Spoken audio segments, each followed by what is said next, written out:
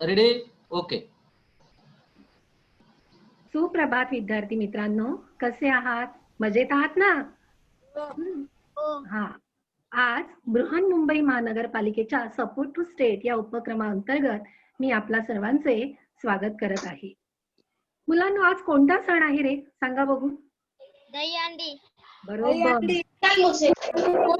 दहीहंडी. दरवर्षी आपण हा सण मोठ्या आनंदाने उत्साहाने साजरा करतो.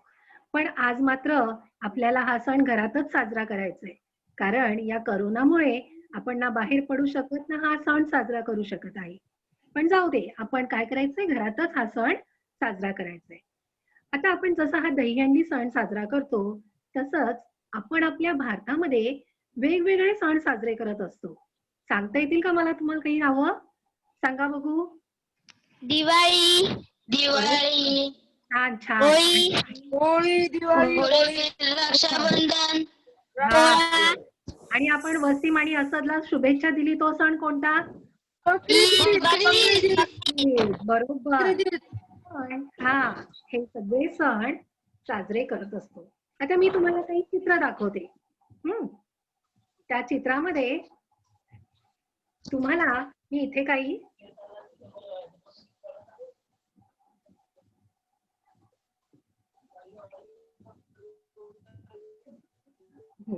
चित्र दिसत आहेत का तुम्हाला बाळांनो?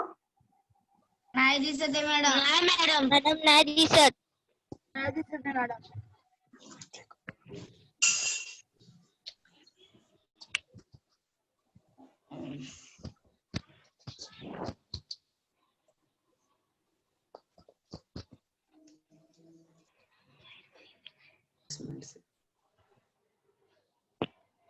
हॅलो, तुम्हाला चित्र दिसत आहेत का बाळांनो? नाही मॅडम.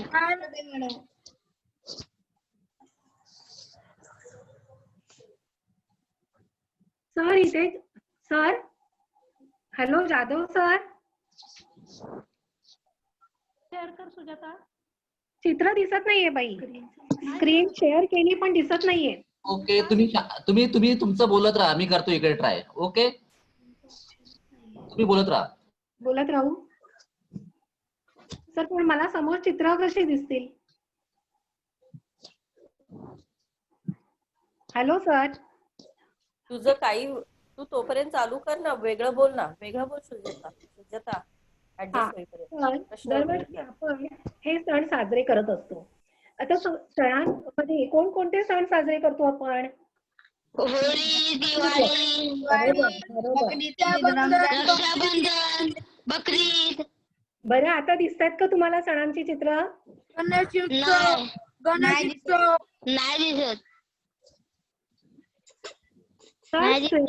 नाही दिसत. स्क्रीन शेअर करा. बघतो. तर मला होस्ट केलं तर मी दाखवू शकेन.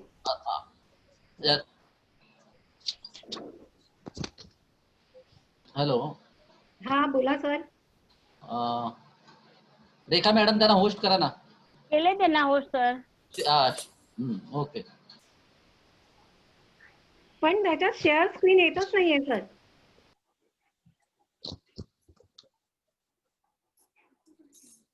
नावापुढे होस्ट येत आहे का बघ.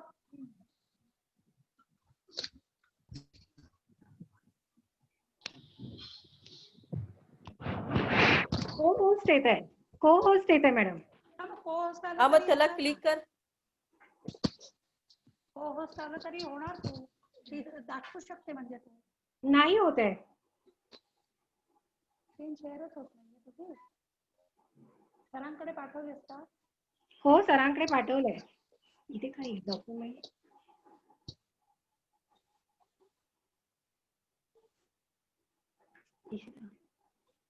होस्टला पण येतं स्क्रीन शेअर करताना. काल व्यवस्थित झालेली ना? हा, काल मस्त दिसत होतं. हो, काल व्यवस्थित. मॅडम तुम्ही बोलत राहा, मी करतोय, ट्राय चालू आहे. हा, सणांची चित्र येत आहेत समोर सर. मला दिसतील का ती? हो, करतो बरोबर घेतोय. तर आपण केवळ हिंदू धर्मांचंच नाही तर मुस्लिम, ख्रिश्चन या सर्व धर्मांचे सण आपण साजरे करत असतो. ख्रिश्चनांचा आपण ख्रिसमस म्हणजे नाताळ सण साजरा करतो, मुस्लिमांचा बकरी ईद यासारखे सण आपण साजरे करतो. शीखांचा बैसाखी हा सणही आपण साजरे करत असतो. यावरून आपल्याला काय दिसतंय की आपल्या देशामध्ये विविध धर्मांचे लोक एकत्र राहत असतात आणि त्यामुळे आपल्या भारतामध्ये धर्म, भाषा, संस्कृती याच्यामध्ये विविधता आढळते आणि या विविधतेतही आपल्याला एकता आढळून येते. आता या आपल्यामध्ये भारतामध्ये ही जी विविधता आहे आणि या विविध धर्माचे लोक राहतात याला कारण म्हणजे आपल्या भारतीय संविधानाने सर्व धर्म समभावाचे तत्व स्वीकारले आहे. सर्व धर्म समभाव म्हणजे काय? तर सर्व धर्मांना समान वागणूक देणे, सर्व नागरिकांना संविधानानुसार समान न्याय आणि हक्क दिले. शेअर झाली सरांची. आलं चित्र. दिसतात चित्र? हो. बरोबर. दिसतंय मॅडम. हा, मग इथे आता आहे हा पंजाबी लोकांचा सण आहे, बरोबर? सर एक एक करत पुढे घेत जा ना. तर आपण आपल्या भारतीय संविधानाने सर्व धर्म समभावाचे तत्व स्वीकारलेले आहे आणि म्हणूनच आपण हे सर्व सण एकत्र येऊन आनंदाने साजरे करत असतो. बघा इथे गुड फ्रायडेचं आहे की नाही. आता आपल्या भारतामध्ये सर्व धर्माचे लोक राहतात आणि या सर्व धर्माचे लोक एकत्र गुण्या गोविंदाने राहत असतात आणि म्हणूनच आपल्याला आपण एकत्र राहून या एकतेमध्ये सर्व धर्म धार्मिक समन्वय आपण साधतो. आता हा धार्मिक समन्वय जो आहे याची सुरुवात भारतीय समाज जीवनामध्ये मध्ययुगीन कालामध्ये झालेली आहे. मध्ययुगीन कालामध्ये धार्मिक समन्वय करण्याचे प्रयत्न झाले. धार्मिक समन्वय म्हणजे काय? तर सर्व धर्मांना समान वागणूक देणे. आता आजच्या पाठामध्ये आपण धार्मिक समन्वय यामध्ये भक्ती चळवळ हा इतिहासाचा तिसरा पाठ पाहणार आहोत. या धार्मिक समन्वयाची सुरुवात मध्ययुगामध्ये झाली. मध्ययुगामध्ये भक्ती चळवळ, शीख धर्म आणि सुफी पंथ, बघा इथे चित्रात दिसतंय ना भक्ती चळवळ. तर भक्ती चळवळ, शीख धर्म आणि सुफी पंथ याचे आपल्या समाजामध्ये एक वैशिष्ट्यपूर्ण स्थान आहे. इथे तुमच्या लक्षात मुलांना चित्र दिसतंय ना तुम्हाला? ऐकायला येत आहे? आज आपण भक्ती चळवळीचा अभ्यास करणार आहोत.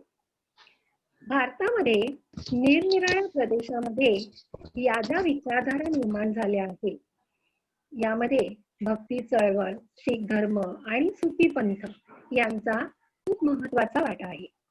त्यांनी ईश्वर भक्ती बरोबरच धार्मिक आणि सांप्रदायिक समन्वयांवर भर दिला आहे. आता समन्वय म्हणजे काय? तर समतोल साधणे. पहा इथे सर्व धर्माचे लोक भारतामध्ये एकत्र आहेत म्हणजे धार्मिक समन्वय साधला गेला आहे. आणि सांप्रदायिकता, सांप्रदायिकता याचा अर्थ काय? तर धर्म आणि संस्कृती यांच्या नावाखाली माणसांमध्ये भेदभाव केला जातो याला म्हणतात सांप्रदायिकता. मग या सांप्रदायिकतेचे वाईट परिणाम काय होतात?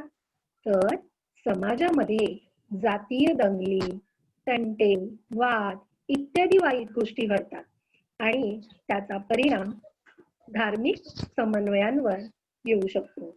आणि म्हणूनच मध्ययुगीन काळामध्ये धार्मिक आणि सांप्रदायिक समन्वयांवर भर दिला. मग सांप्रदायिक समन्वय म्हणजे काय? तर प्रत्येक व्यक्तीने केवळ आपल्याच धर्माचा आदर न करता सर्व धर्मांचा आदर केला पाहिजे, मान राखला पाहिजे. आणि त्यातूनच या भक्ती चळवळीची सुरुवात झाली. आपण जर प्राचीन इतिहासाचा अभ्यास केला तर प्राचीन इतिहासामध्ये ब्रह्मज्ञान आणि कर्मकांड यावर विशेष भर होता. आता कर्मकांड म्हणजे काय? इथे बघा चित्रामध्ये तुम्हाला दिसतंय की एक मुलगा खाली वाकलेला आहे आणि त्याचा बळी दिला जातो. पूर्वी नवस केले जात, काही वाईट रूढी परंपरा होत्या, प्रथा होत्या, त्याच्यामध्ये ही बळींची प्रथा होती. यज्ञ केले जायचे. ते आज या ब्रह्मज्ञान किंवा ह्या कर्मकांड जे आहे याला मध्ययुगामध्ये मात्र विरोध करण्यात आला. आणि त्याचप्रमाणे प्राचीन काळामध्ये चातुर्वर्ण व्यवस्था होती. चातुर्वर्ण व्यवस्था म्हणजे काय? क्षत्रिय, ब्राह्मण, वैश्य आणि शूद्र. यामध्ये जे 4 वर्ण आहे त्यातल्या सगळ्यांनाच शिक्षणाचा किंवा ज्ञान घेण्याचा अधिकार नव्हता. परंतु मध्ययुगामध्ये मात्र या सगळ्या गोष्टींना विरोध करण्यात आला. उदाहरणार्थ उपदेश करणारा, बघा इथे चित्रात दिसतोय तुम्हाला, पूजा करणारा किंवा जो अधिकारी आहे, तर असे कोणीही श्रेष्ठ नाही, असा भेद, कोणीही कनिष्ठ नाही, सर्व समान आहे. तर याला मध्ययुगामध्ये विरोध करण्यात आला. आणि मग त्यातूनच भारतामध्ये वेगवेगळ्या प्रदेशांमध्ये स्थानिक परिस्थितीनुसार भक्तिपंथांचे वेगवेगळे आविष्कार आपल्याला पाहायला मिळतात. आता इथे चित्रामध्ये तुम्हाला गर्दी दिसते. काय रे, कोणतं चित्र आहे तुम्हाला सांगता येईल? कोणतं चित्र आहे बघा जरा. मराठा आंदोलन आहे का? नाही नाही नाही, भक्ती चळवळ इथे पंढरपूरच्या वारीचं चित्र आहे. आषाढी एकादशीला तुम्ही पाहत असाल दरवर्षी हजारोच्या संख्येने भाविक विठ्ठलाच्या दर्शनाला पंढरपूरला जात असतात. आता या वारकऱ्यांमध्ये जात, धर्म, गरीब, श्रीमंत असा कोणताही भेदभाव नसतो. सगळेजण एकत्र येऊन या वारकरीमध्ये सहभागी झालेले असतात आणि इथेच हा धार्मिक समन्वय साधला जातो. यामध्ये आणि या भक्ती चळवळीमध्ये या संतांनी प्रादेशिक भाषेवर भर दिलाय. याचं उत्तम उदाहरण म्हणजे संत ज्ञानेश्वर. तुम्हाला माहीतच आहे की आपला हिंदूंचा धर्मग्रंथ भगवद्गीता हा संस्कृत भाषेमध्ये आहे आणि ही संस्कृत भाषा सर्वसामान्यांना समजण्यास कठीण होती. आणि म्हणून ज्ञानेश्वरांनी या भगवद्गीतेचं मराठी भाषांतर केलं. त्यांनी ज्ञानेश्वरी या ग्रंथामध्ये या भगवद्गीतेचं मराठी भाषांतर केलं आणि त्यामुळे सर्वसामान्य लोकांना या भगवद्गीतेचे जे सार आहे ते समजू शकले आणि गीतेचा अर्थ कळला. तर अशा प्रकारे जसं महाराष्ट्रामध्ये हा वारकरी पंथ उदयाला आला, त्याचप्रमाणे कर्नाटकामध्ये सुद्धा लिंगायत हा पंथ उदयाला आला. तर महाराष्ट्रातील वारकरी पंथ आणि कर्नाटकामध्ये लिंगायत या दोन्ही पंथांनी प्रादेशिक भाषेचा वापर केला. महाराष्ट्रामध्ये संस्कृत ऐवजी मराठी भाषेचा वापर केला गेला, तर कर्नाटकामध्ये कन्नड भाषेचा वापर करण्यात आला. आणि अशा प्रकारे या भक्ती चळवळ ही सर्वसामान्य लोकांना अगदी जवळची वाटू लागली आणि त्यामुळे सगळेजण या भक्ती चळवळीत सामील झाले आणि धार्मिक समन्वयाचा समतोल साधला गेला. आता ही जी भक्ती चळवळ आहे याचा उगम दक्षिण भारतामध्ये झाला आहे. दक्षिण भारतामध्ये नायनार आणि अळवार या 2 भक्ती चळवळी उदयास आल्या. त्यातील नायनार हे शिवभक्त होते, तर अळवार हे विष्णू भक्त होते.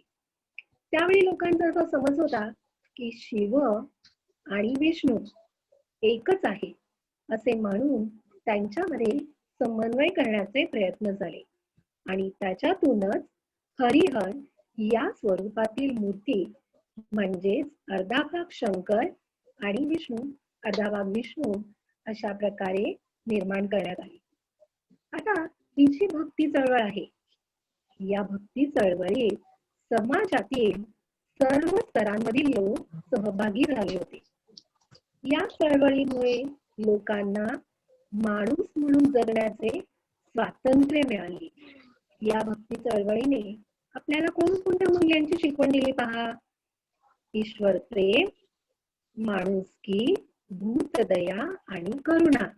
आता इथे चित्रामध्ये तुम्हाला दिसतंय ईश्वर प्रेम म्हणजे ईश्वरावर भक्ती करा. कोणत्याही फळाची अपेक्षा न करता ईश्वरावर प्रेम करा.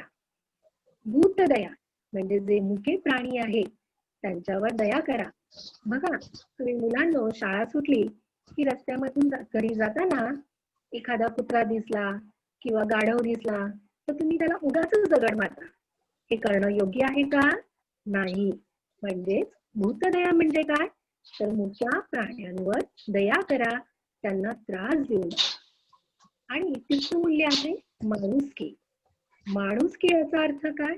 तर माणसाची माणसाप्रमाणे वागा, त्याला मदत करा. उदाहरणार्थ बघा, जर आपल्याला रस्ता क्रॉस करताना एखादे आजोबा दिसले किंवा एखादी अंध व्यक्ती दिसली तर यांना आपण हात धरून रस्ता ओलांडण्यासाठी मदत केली पाहिजे. याला म्हणतात माणुसकी. आणि करुणा म्हणजेच दया, प्रेम. सर्वांवर दया करा, प्रेम करा. तर अशा प्रकारे ईश्वर प्रेम, भूतदया, माणुसकी आणि करुणा या मूल्यांची शिकवण आपल्याला या भक्ती चळवळीने दिली आहे. आता या भक्ती चळवळीमध्ये कोणकोणते संत उदयास आले याचा आपण आता अभ्यास करणार आहोत.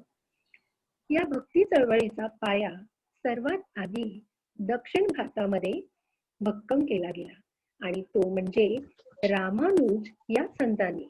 चित्रामध्ये चित्र दिसतंय ना तुम्हाला बाळांनो? तर रामानुज यांनी दक्षिण भारतामध्ये भक्ती चळवळीचा पाया भक्कम केला. आणि त्यांची ही शिकवण हीच होती की ईश्वर हा सर्वांसाठी आहे. ईश्वर हा माणसांमध्ये भेदभाव करत नाही. आणि त्यांच्या या शिकवणीला त्यांच्या इतर आचार्यांनी त्यांना साथ दिली. रामानुजांच्या उपदेशाचा प्रभाव दक्षिण भारताप्रमाणे उत्तर भारतातही आपल्याला पडलेला दिसून येतो. उत्तर भारतामध्ये संत रामानंद यांना भक्ती चळवळीचे प्रवर्तक मानले जातात. संत रामानंद यांनी सुद्धा लोकांना भक्तीचा नवीन मार्ग सुचवला. रामानंदांनी ईश्वर एकच आहे यावर भर दिला. ते राम भक्त होते. जातीभेदाला त्यांनी विरोध केला. कोणतीही जात उच्च नाही किंवा कोणतीही नीच नाही, जातीभेदाला त्यांनी विरोध केला. सामाजिक समानतेवर त्यांचा अधिक भर होता. समाजामध्ये ज्या जुन्या रूढी आहेत, परंपरा आहेत किंवा अंधविश्वास आहेत, वाईट प्रथा आहेत, या सर्वांना संत रामानंद यांनी विरोध केला. समाजामध्ये समानता निर्माण करण्यासाठी त्यांनी प्रयत्न केले आणि त्यामुळे त्यांचा जो शिष्यगण होता, म्हणजे त्यांचे जे शिष्य होते, विद्यार्थी होते, ते सर्व जाती धर्माचे होते. त्यामध्ये कोणताही भेदभाव नव्हता. उत्तर भारतामध्ये जसं रामानंद यांनी भक्ती चळवळीचं कार्य पुढे नेलं तसंच संत कबीर यांचंही नाव घेतलं जातं. संत कबीर हे भारतातील महान कवींपैकी एक कवी होते. आपण संत कबीरांचे दोहे अभ्यासले आहेत, त्याचा अर्थ पाहिलेला आहे. आता इथे चित्रात पहा, त्यांचा एक सुरेख दोहा दिलेला आहे. ऐका हा. पोथी पडपड जगमुवा पंडित भयानक होय, ढाई आखर प्रेम का पडेसो पंडित होय. याचा अर्थ पोथी यानी धर्म ग्रंथ पढ़ने से कोई भी पंडित या ज्ञानी नहीं होता. पंडित तो वह होता है जो प्रेम का ढाई अक्षर पढ़ लेता है और उसे अपने जीवन में उतार लेता है. म्हणजेच मोठमोठे ग्रंथ वाचून कोणीही ज्ञानी होत नसतो, तर ज्ञानी खरा जो आहे की ज्याला प्रेमाचा अर्थ कळलेला आहे. म्हणजे काय रे? बघा, आपण आपल्या आई वडिलांवर, घरातल्यांवर प्रेम करतोच, परंतु समाजाच्या सगळ्या व्यक्तींवर किंवा निसर्गामध्ये, सृष्टीमध्ये जे सगळे घटक आहेत यांच्यावरही आपण प्रेम केलं पाहिजे. झाडे, पशु, पक्षी, प्राणी या सर्वांवर आपण प्रेम केलं पाहिजे. आणि ज्याला हा अर्थ कळला तोच खरा ज्ञानी. तर अशा प्रकारे त्यांनी भारतीय संस्कृतीचा प्रसार केला आणि प्रचारही केला. आता संत कबीर यांनी 4 गोष्टींना विरोध केला: तीर्थयात्रा, व्रतवैकल्य, उपवास, बरोबर, आणि मूर्तीपूजा. तीर्थयात्रा म्हणजे काही जण अगदी दूर दूर स्वतःला त्रास कष्ट सहन करत देवाच्या दर्शनाला तीर्थयात्रेला जातात. व्रतवैकल्य, उपवास म्हणजे शरीराला त्रास देऊन काही न खाता पिता उपवास केले जातात. मूर्तीची पूजा केली जाते. परंतु कबीरांचं म्हणणं होतं की तीर्थक्षेत्र, व्रते, मूर्तीपूजा याच्यापेक्षा आपण ईश्वराला शरण गेलं पाहिजे. ईश्वर शरणतेवर भर दिला पाहिजे. आणि सत्य ह्या ईश्वर आहे. त्यांनी सत्याला ईश्वर मानलं. सर्व मानव एक आहे. जातीभेद, पंथभेद, धर्मभेद आपण मानले नाही पाहिजे. आणि ईश्वर हा प्रत्येकाच्या हृदयात बसलेला आहे अशी त्यांची टिप्पणी होती. आता संत कबीर यांना हिंदू आणि मुस्लिम यांच्यामध्ये ऐक्य साधायचे होते. आणि यासाठी त्यांनी हिंदू आणि मुस्लिम धर्मातील जे कट्टर धर्मीय होते, जे जातीभेद पाळणारे होते, अशा लोकांना त्यांनी कडक शब्दात सुनावलेही होते. मुसलमानांचा आणि हिंदूंचा असे 2 वेगळे ईश्वर नसून सर्वांचा ईश्वर एकच आहे. आणि हिंदूंच्या जातीबद्दल तर ते म्हणायचे की एकाच ज्योतीपासून सगळे निर्माण झाले आहे आणि त्यामुळे कोण शूद्र कोण ब्राह्मण याला महत्व नाही. संत कबीरांच्या विचारांवर संत नामदेवांचा प्रभाव पडलेला आपल्याला दिसून येतो. आणि म्हणूनच त्यांची शिकवण हीच होती की देव हा देवळात नाही, दगडाच्या मूर्तीत नाही, तर तो माणसाच्या हृदयात आहे, माणसाच्या मनामध्ये आहे. तुम्ही माणसाशी माणसांप्रमाणे प्रेमाने वागलात तर तुम्हाला देव नक्कीच भेटेल. अशा प्रकारे त्यांनी आपल्या दोह्यांच्या माध्यमातून समाजामध्ये पसरलेल्या अंधश्रद्धा, वाईट चालीरीती, परंपरा, भेदभाव दूर करण्याचा प्रयत्न केला. आणि म्हणून आजही आपण संत कबीरांच्या मार्गावर चालणाऱ्या धार्मिक समुदायाला आणि कबीरांचे उपदेश करणार, कबीरांचा सिद्धांत आणि उपदेश हा आपल्याला आपल्या जीवनाचा आधार वाटतो. आलं लक्षात बाळांनो? कळलं तुम्हाला? आलं लक्षात? त्याच्यानंतर पूर्व भारतामध्ये बंगालमध्ये श्री चैतन्य प्रभू. आता चैतन्य प्रभू हे एक वैष्णव संत होते आणि ते पंथ प्रवर्तक होते. संत म्हणून ते ओळखले जात होते. चैतन्य महाप्रभू यांनी पूर्वीपासून चालत आलेल्या सनातनी रूढी यांना विरोध केला. ब्रह्मज्ञानापेक्षा त्यांनी ईश्वर भक्तीचे सामर्थ्य लक्षात घेऊन त्यांनी सर्वांना सहज सुलभ सोपा असा भक्ती मार्ग उपलब्ध करून दिला.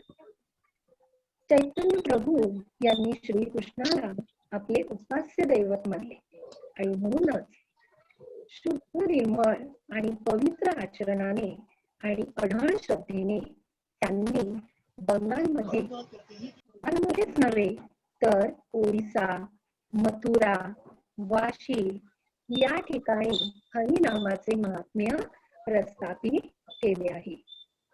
चैतन्य प्रभू नंतर आसाममध्ये शंकरदेव यांनी कृष्ण भक्तीचा प्रसार केला. दिसताय तुम्हाला शंकरदेव? तर यांनी सुद्धा जे कृष्ण भक्त होते, कृष्ण भक्तीचा यांनी प्रसार केला. यांनी मूर्तीपूजेला विरोध केला. त्यानंतर गुजरातमध्ये संत नरसिंह मेहता यांना ओळखले जाते. 16व्या शतकामध्ये प्रख्यात गुजराती वैष्णव संत कवी म्हणून संत नरसिंह मेहता यांना ओळखले जाते. संत नरसिंह मेहता यांना गुजराती भाषेचे आद्य कवी म्हणतात. आद्य कवी म्हणजे प्रथम कवी. आता तुम्ही लता मंगेशकरांच्या आवाजातलं गांधीजींची एक प्रार्थना ऐकली असेल, वैष्णव जन को तेने कहिए जे पीड पराई जाने रे. तर हे प्रसिद्ध जे काव्य आहे, हे काव्य संत नरसिंह मेहता यांनी रचलेलं आहे. गुजराती भक्तियुगाचा आणि गुजराती साहित्याचा प्रारंभही त्यांच्यापासूनच झालेला आपल्याला दिसतो. संत नरसिंह मेहता यांनी सुरत संग्राम हे काव्य लिहिलेलं आहे. त्यांचं हे काव्य श्रीकृष्णांच्या लीलांवर आधारलेलं आहे. याच्यामध्ये श्रीकृष्णाच्या अनेक लीलांचं वर्णन केलेलं आहे. आपण श्रीकृष्णाच्या गोष्टी ऐकतो की नाही, या सर्वांचं वर्णन त्यांच्या सुरत संग्राम या ग्रंथामध्ये, या काव्यामध्ये आपल्याला पाहायला मिळते. संत नरसिंह मेहता यांनी लौकिक सुखदुःखाचा आनंदाने स्वीकार करणारा आणि ईश्वराच्या चांगुलपणावर अढळ श्रद्धा असणारा म्हणून श्री संत नरसिंह मेहता यांना आपण ओळखतो. यानंतर राजस्थानमध्ये संत मीराबाई यांना आपण कृष्ण भक्ती मध्ये तल्लीन झालेल्या श्री संत मीराबाई यांना आपण ओळखतो. आता संत मीराबाई या कृष्ण भक्त होत्या. यांचा जन्म राजस्थानमधील मेवाडच्या राजघराण्यात झाला होता.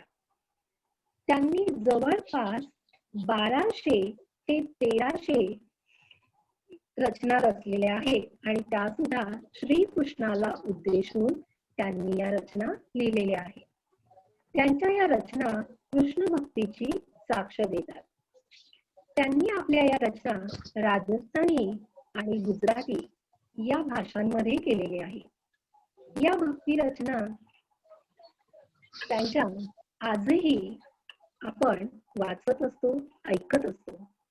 त्यांनी आपल्याला ईश्वर प्रेम, भक्ती, सहिष्णुता आणि मानवता यांचा संदेश देणाऱ्या त्यांच्या भक्ती रचना आपण आजही ऐकतो आणि त्यांनी जगालाही ईश्वर प्रेम, भक्ती, सहिष्णुता व मानवता हा संदेश दिलेला आहे.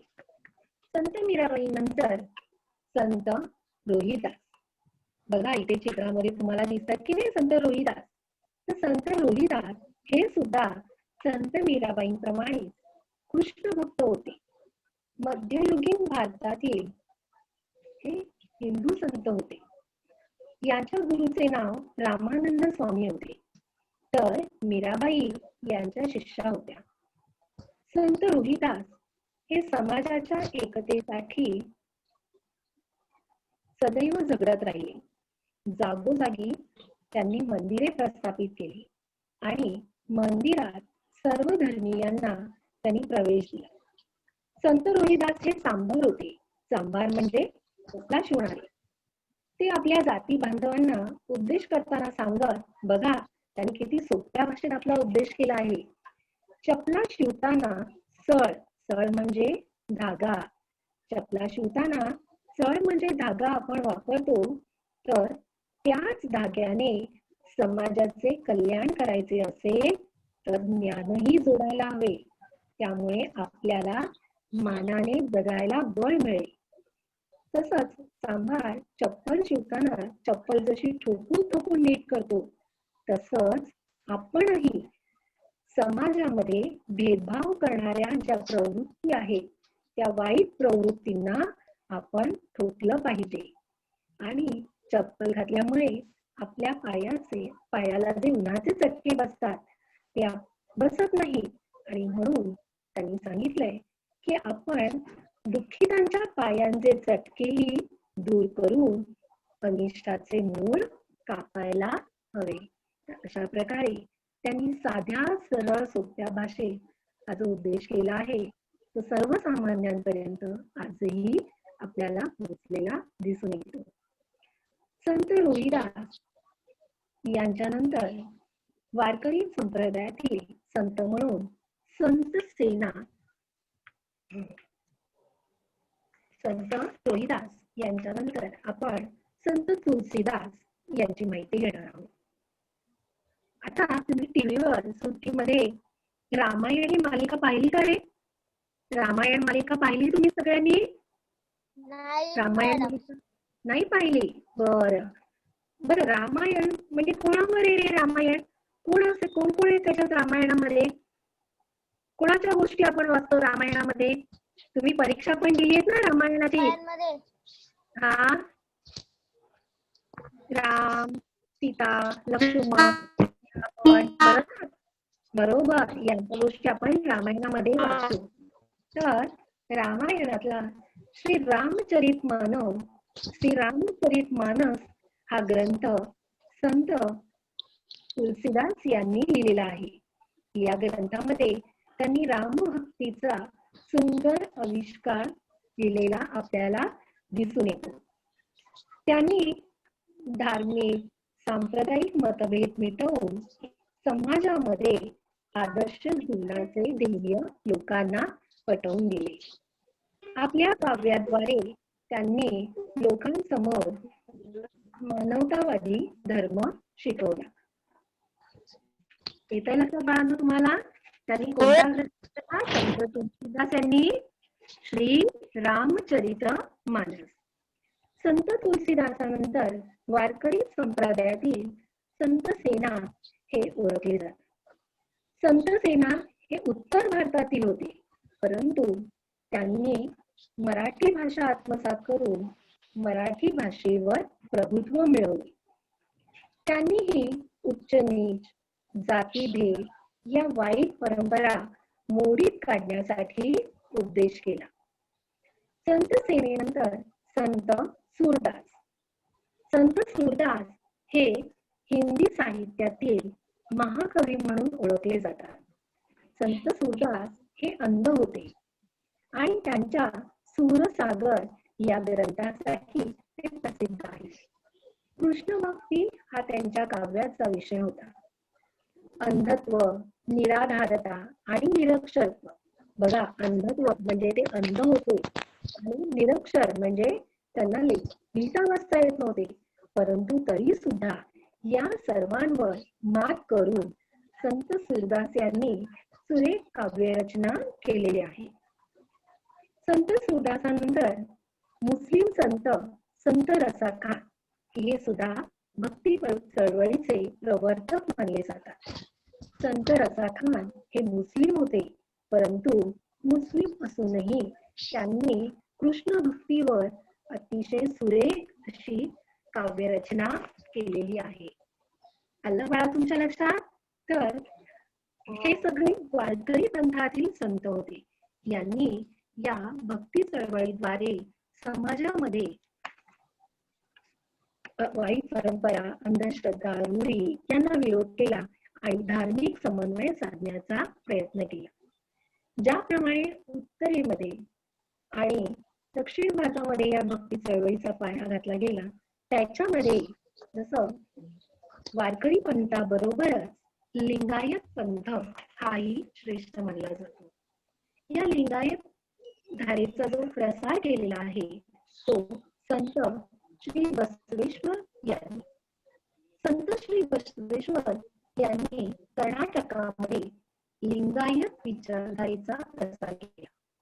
यांनी जातीभेदाला विरोध केला. तसंच कर्मकांड करू नका, स्वतःची स्तुती करू नका अशी सहज साधी सोपी शिकवण त्यांनी समाजाला दिली. त्यांचा फार मोठा परिणाम समाजावर झालेला आपल्याला दिसून येतो. संत बसवेश्वर यांनी श्रमाला महत्व दिले आहे. काय कवे कैलास हे त्यांचे प्रसिद्ध वचन आहे. यामध्ये श्रम हाच कैलास, काय कवे कैलास याचा अर्थ काय? श्रम हाच कैलास. कैलास म्हणजे स्वर्ग. जर तुम्ही कष्ट केले, काम केलं तर तुम्हाला स्वर्ग मिळेल, म्हणजे सुख मिळेल, त्याचं चांगलं फळ मिळेल. आणि कोणतंही काम हे कमी प्रतीचं नाही, कोणत्याही कामाचा दर्जा कमी नाही. सर्व आपण वेळ पडल्यास कोणतीही कामं केली पाहिजे, ही शिकवण त्यांनी लोकांना दिली. श्रमप्रतिष्ठेचं महत्व त्यांनी लोकांना सांगितलं. त्यांनी लोकांना काय उपदेश केला?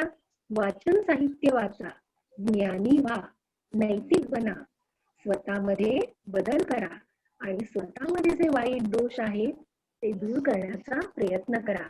कर्मकांड करू नका, स्वतःची स्तुती करू नका. अशी सहज, साधी, सोपी शिकवण त्यांनी समाजाला दिली. आता संत बसवेश्वर यांनी आपल्या चळवळीमध्ये पुरुषांबरोबर स्त्रियांनाही सहभागी करून घेतलं होतं. त्यांच्या अनुभव मंडप या सभागृहामध्ये होणाऱ्या धर्मचर्चेत सर्व जाती धर्माचे स्त्री पुरुष सहभागी होऊ लागले. अनुभव मंडप म्हणजे काय? जसं आता संस्थेचं अधिवेशन होतं, या संस्थेमध्ये सगळे मंत्री एकत्र येऊन चर्चा करतात. तर तसंच श्री बसवेश्वर यांच्या काळामध्ये अनुभव मंडप या सभागृहामध्ये अशा चर्चा केल्या जात असत आणि त्यावेळेला स्त्री पुरुष सर्व जाती धर्मातील स्त्री पुरुष त्यामध्ये सहभागी होत असत. आणि श्री बसवेश्वर यांनी आपला जो उद्देश केलेला आहे तो प्रादेशिक भाषा म्हणजेच कन्नड या प्रादेशिक भाषेमध्ये केलेला आहे आणि त्यामुळेच त्यांची ही शिकवण सर्वसामान्यांपर्यंत पोहोचू शकली. श्री बसवेश्वरांचे काही अनुयायी होते. यांनी मराठी भाषेतही काही रचना केलेल्या आहेत. त्यापैकी मन्मथ स्वामी यांनी परम रहस्य हा ग्रंथ लिहिलेला आहे. बघा, त्यांनी हा मराठीत लिहिलेला आहे. त्याच्यानंतर श्री पंप, संत पुरंदरदास इत्यादी थोर संत याच काळामध्ये कर्नाटकात होऊन गेले आणि यांनी या लिंगायत चळवळीचा पहिला भक्कम केला. या सर्वांनी आपला जो उद्देश केलेला आहे तो कन्नड भाषेतून केलेला आहे आणि त्यांची अनेक काव्यरचना, भक्ती कवने त्यांनी या कन्नड भाषेतून रचलेली आहे. तुमच्या लक्षात आलं? आपण भक्ती याच्यामध्ये वारकरी पंथ आणि लिंगायत पंथ या दोन चळवळींचा अभ्यास केला. वारकरी पंथामध्ये संत कबीर, संत तुलसीदास, संत मीराबाई, संत रामानंद, संत रामानुज यांनी भक्ती चळवळीचा पाया भक्कम केला, लोकांना उपदेश केला आणि धार्मिक समन्वय साधण्याचा प्रयत्न केला. तर लिंगायत पंथामध्ये श्री बसवेश्वर, मन्मथ स्वामी, पंप संत, पुरंदरदास यासारख्या अनेक सर्व संतांनी लोकांमध्ये धार्मिक समन्वय कसा साधता येईल याचा प्रयत्न केला आणि त्या दृष्टीने त्यांनी लोकांना उपदेश केला. मुलांनो, संतांनी हा जो संदेश सांगितलेला आहे हा भक्ती मार्ग सर्वसामान्यांना आचरणात आणणं सोपा होता, कारण एक तो प्रादेशिक भाषेमधून केला होता आणि त्यामुळे तो सर्वांना कळणे, समजणे सोपे जात होते आणि त्यामुळे समाजामध्ये सर्व स्त्री पुरुष, सर्व जाती धर्मातील लोक या चळवळीमध्ये सहभागी झाले होते. त्यांना या चळवळीत प्रवेश होता. या संतांनी आपले विचार लोकभाषेतून मांडल्यामुळे सर्वसामान्य लोकांपर्यंत हे विचार पोहोचले आणि सर्वसामान्यांना हे विचार अधिक जवळचे वाटू लागले. आता आपण मगाशी अनेक संतांची आपण नावं घेतली. आपण पुन्हा एकदा त्याची उजळणी करू की आपण आज कोणकोणत्या संतांचा अभ्यास केला. संत रामानंद, संत रामानुज, संत शंकरदेव, संत कबीर, संत सेना, संत रोहिदास, संत सूरदास, संत रसाखान, नंतर संत तुलसीदास या संतांचा आपण अभ्यास केला. त्याच्यानंतर कर्नाटकातील संत श्री बसवेश्वर, नंतर संत मन्मथ स्वामी, संत पुरंदरदास, श्रीपंप या संतांचा आपण अभ्यास केला. तर बाळांनो, तुम्हाला हे कळलं का रे सगळ्यांना? तुमच्या लक्षात आलं का? बाळांनो, तुमच्या लक्षात आलं का हे? संतांनी आपल्याला, तुमच्या लक्षात आलं का? बघा,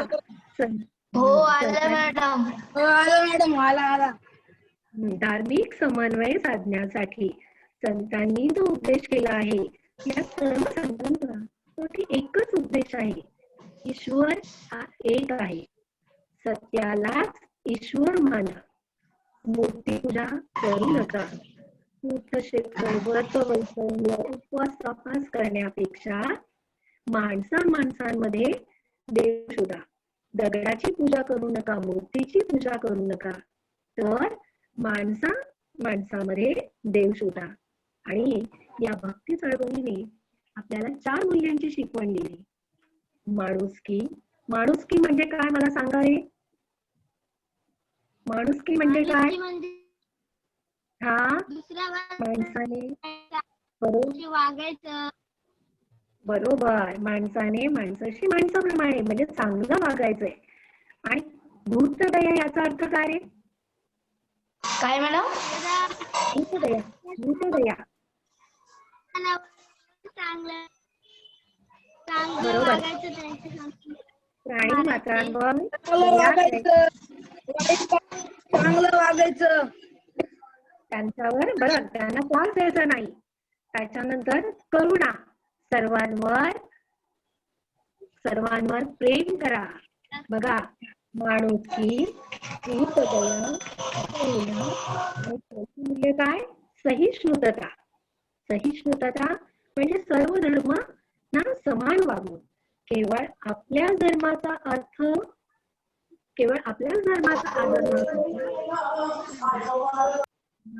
आदर केला पाहिजे. आलं तुमच्या लक्षात? मग ह्या संतांची शिकवण आपण केवळ अभ्यासाची नाहीये, तर ती आपण आचरणात आणायची आहे. आपण शाळेमध्ये एकत्र शिकतो. विविध धर्माचे, जातीचे मित्रमैत्रिणी आपल्या वर्गामध्ये असतात. आपण सगळ्यांनी एकत्र राहिले पाहिजे, एकमेकांशी मिळून मिसळून राहिलं पाहिजे आणि आपले सण उत्सव आपण साजरे केले पाहिजे. प्रत्येकाला आपल्या सणांची, उत्सवांची शुभेच्छा दिल्या पाहिजे. तरच हा धार्मिक समन्वय राखला जाईल.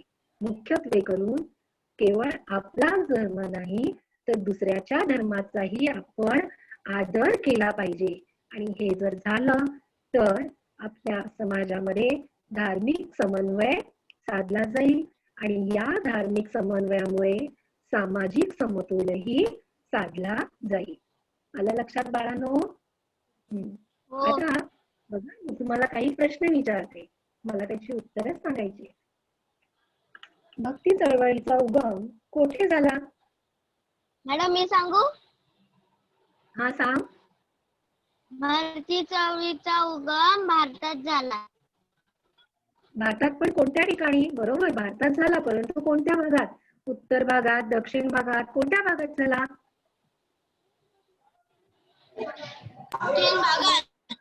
दक्षिण भागात. बरोबर, भक्ती चळवळीचा उगम दक्षिण भारतामध्ये झाला. आता दुसरा प्रश्न आहे का? भक्ती चळवळीमध्ये कोणत्या मूल्यांच्या शिकवणुकीवर भर दिला होता? कोणती 4 मूल्य सांगितली होती? आपण आता पाहिली. कोणती 4 मूल्य राहिली सांगा? आपण पाहिली. माणुसकी मॅडम. ईश्वर प्रेम, दया, करुणा आणि माणुसकी. बरोबर.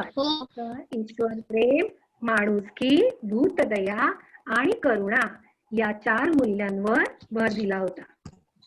कृष्ण भक्तीचं महत्व पुढचं नाही का? आता कृष्ण भक्तीचं महत्व कोणत्या संतांनी सांगितलं आहे? चैतन्य महाप्रभूंनी सांगितलं आहे. चैतन्य महाप्रभू. आणखी संत मीराबाई, संत श्री नरसिंह मेहता, श्री देव संतांनी कृष्ण भक्तीचं महत्व सांगितलं आहे.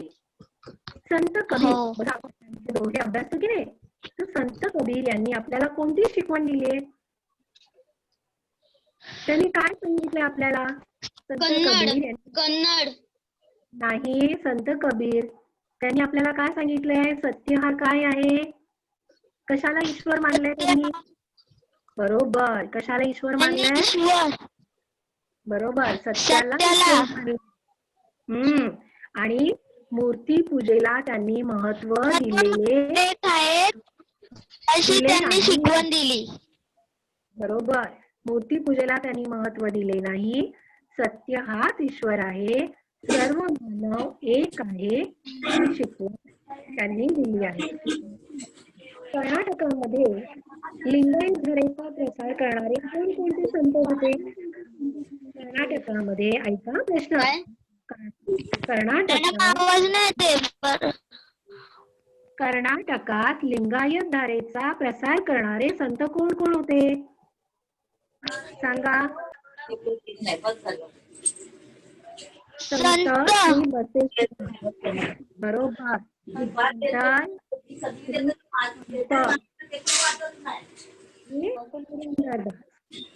संत श्री बसवेश्वर, संत श्री पंप आणि संत श्री पुरंदरदास यांनी कर्नाटकामध्ये लिंगायत धारेचा प्रसार केला.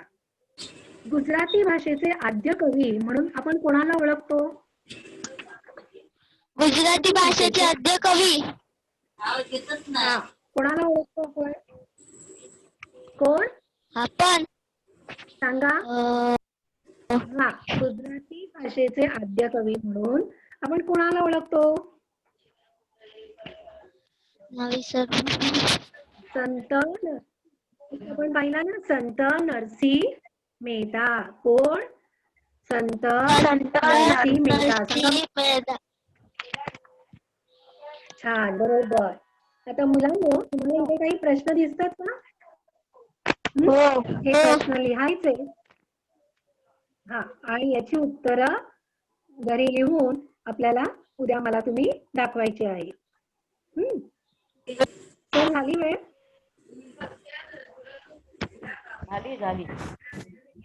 झाली वेळ. प्रश्न लिहून घ्या मुलांनो. संत कबीर यांनी कोणती शिकवण दिली? रामचरितमानस हा ग्रंथ कोणी लिहिला आहे? 2 प्रश्न लिहून घ्या.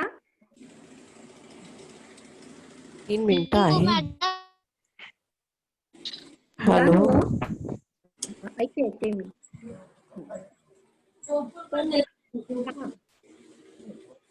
तुम्हाला धडा कळला का? धडा कळला? संतांनी आपल्याला जी शिकवण बरोबर, मग आपण हे आपल्या आचरणात आणायचं आहे. केवळ आपण त्याचा अभ्यासच करायचा नाहीये. पुस्तकातला धडा म्हणून आपण त्याचा अभ्यास न करता या सगळ्या गोष्टी आपण आपल्या वागणुकीमधून दिसल्या पाहिजे, आपण आपल्या आचरणात आणल्या पाहिजे. बरोबर की नाही? आपण समाजामध्ये या वाईट रूढी, परंपरा, प्रथा आहेत, याला आपण विरोध केला पाहिजे. आपल्या काही अंधश्रद्धा असतात. आपण आता भूगोल शिकतो, इतिहास शिकतो, आता ग्रहणावरण सुद्धा आपण आपल्याकडे अनेक अंधश्रद्धा आहेत. मग या अंधश्रद्धा दूर करण्याचा आपण प्रयत्न केला पाहिजे. म्हणजे आपल्याला धार्मिक समन्वय साधता येतो. आलं लक्षात? आलं लक्षात तुमच्या? प्रश्न लिहून घेतले सगळ्यांनी? हो, आलं मॅडम. आता हा धडा आधी वाचा. यामध्ये आपण जे संत शिकलो, त्या संतांची नावं लिहून काढा. त्यांनी आपल्याला काय उपदेश केला आहे ते लिहून काढायचं आहे. झालं लिहून? उद्या किती वाजता यायचे? उद्या आपण याच वेळेला पुन्हा भेटायचं आहे. उद्या आपला इतिहासाचा याचा पुढचा राहिलेला भाग आपण घेणार आहोत. किती वाजता?